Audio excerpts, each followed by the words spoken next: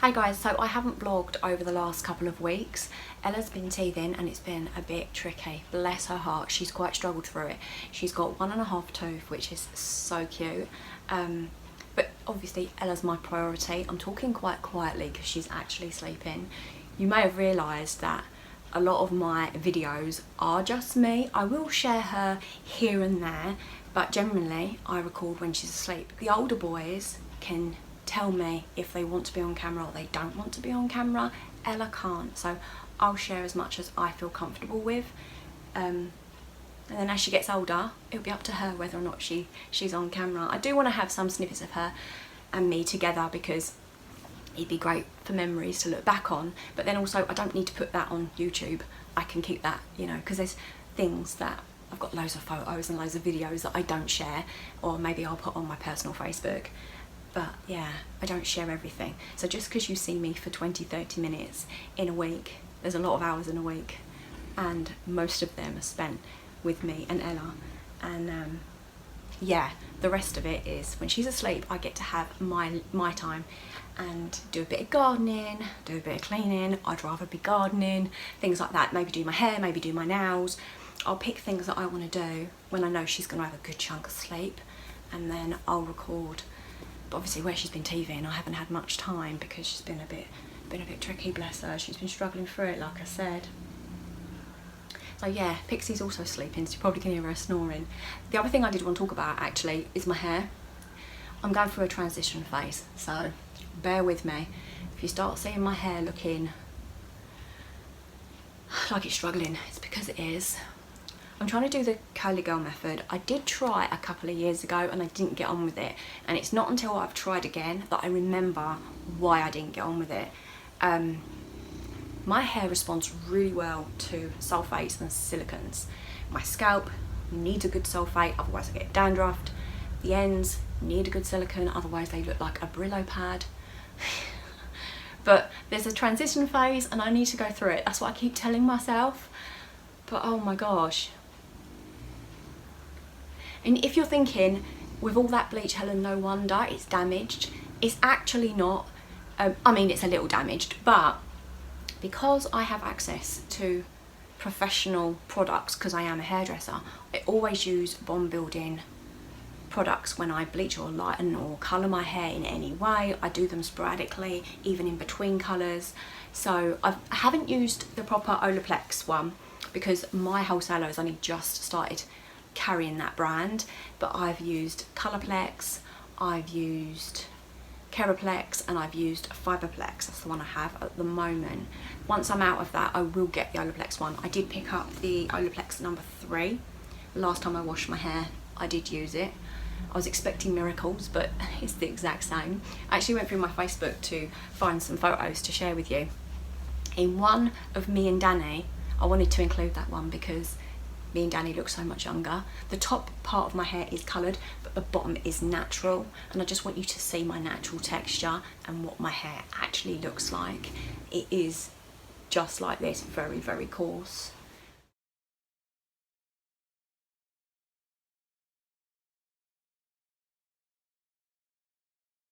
So I went to Poundland because I needed like toilet cleaner. I do like the Harpic ones, so I get it from there. And look what I managed to pick up. Jackpot. Sale plants.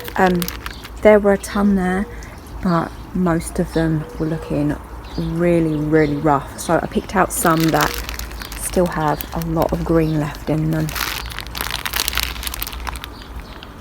You can see all the colours that I like, all the purples and the pinks. And see, that one's looking quite good and just thirsty.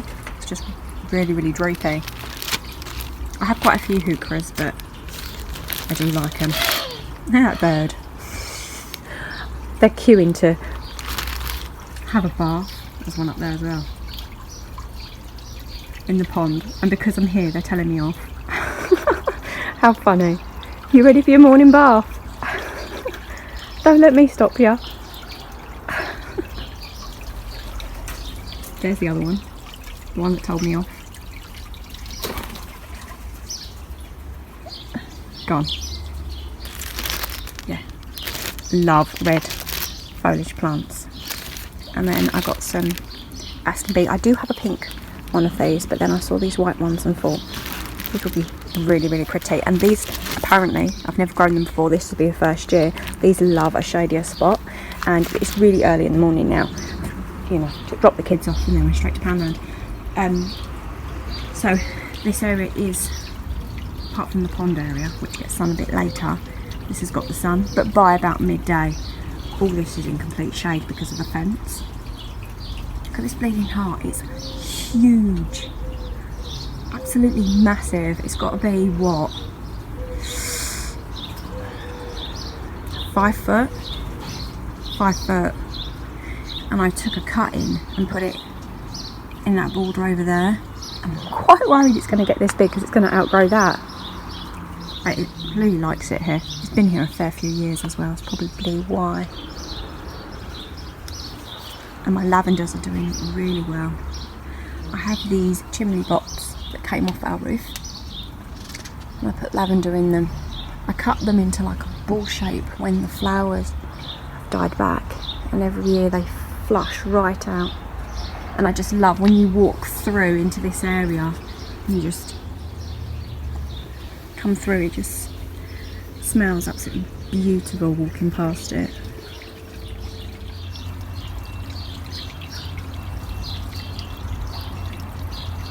That bird is actually eating the algae that's stuck to the stones.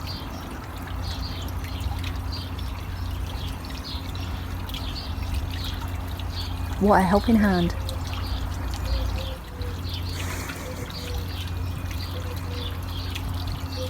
It's being very brave with me being so close to it, but it keeps looking back at me. That's eating my plant.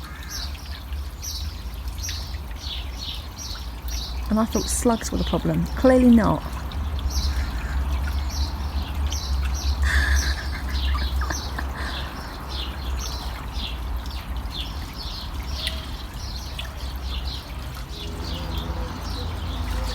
Oh look. The little sparrows generally will queue along the fences, waiting their turn to go and have a bath. But they're not as brave as that. As soon as I come in here they do one, but this bird's just not minding me at all. To think, when I planted this heuchera here, it was about this big. Yeah, really taken off. Massive. And I love the little dainty flowers it has. And then this side I have a green one, so in the middle of these two heucheras is where I'm going to put this. So before I put this into the ground, I'm just going to take some cutters, and anything that's dead I'm just going to snip off, because I don't want the plant to be sending unnecessary nutrients to stems that it's just, they're not going to recover, so it's pointless. If this was a plant in this state that I wanted to put in a full sun position, I wouldn't, because it needs to recover at the moment. But because I know this part of the garden will get shade in the afternoon, I'm not so worried. There's another little bird. I love this part of the garden. I'm not so worried about, they're okay. You need to leave some green on so it can get nutrients from the sun. Yeah, I'm not too worried about planting these up. Make sure I'm cutting the right one.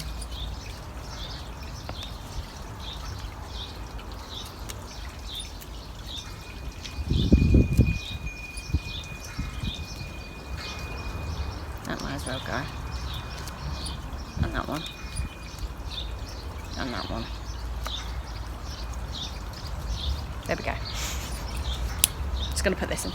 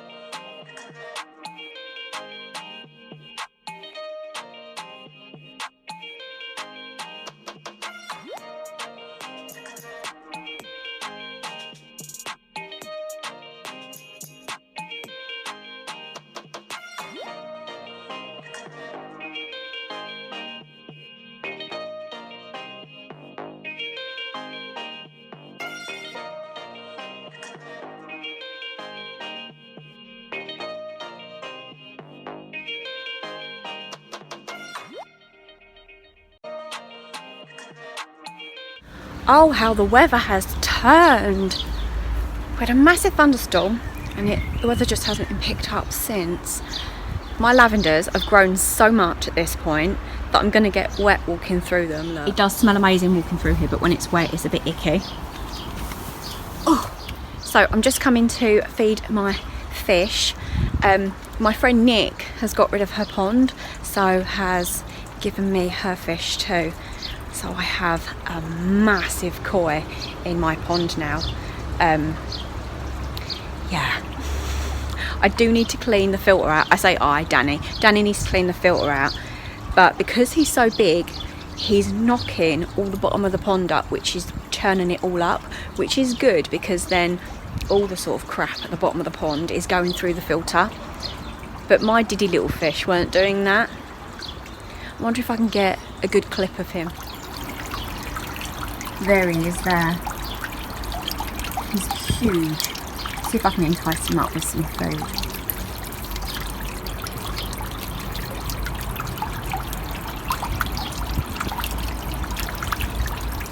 He seems to be more interested in eating something at the bottom of the pond.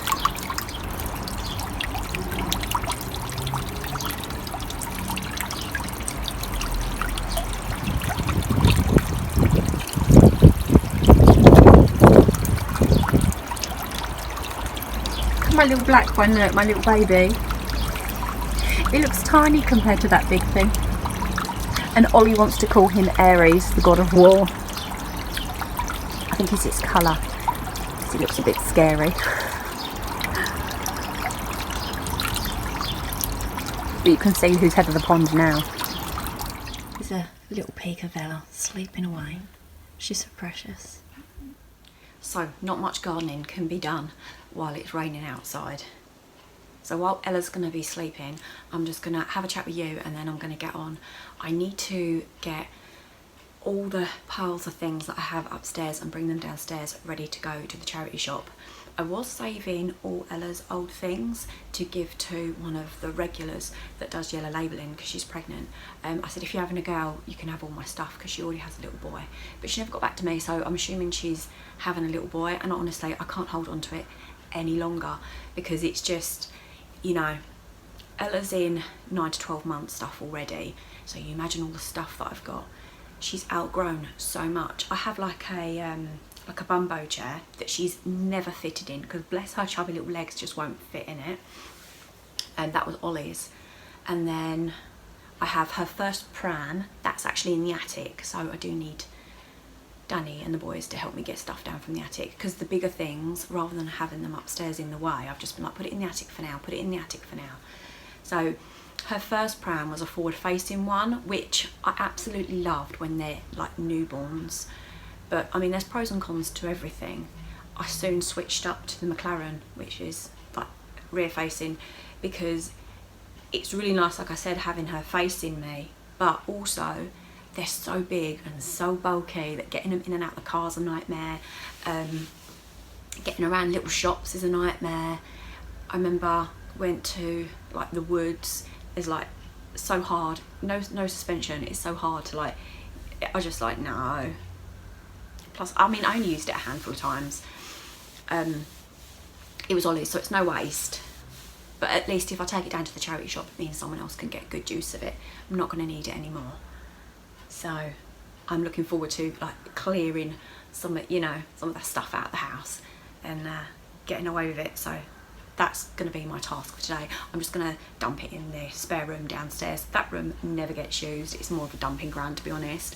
My mum probably uses it more if she comes and stays, but obviously with COVID she hasn't been coming to stay, so it's been used about 3 times this year.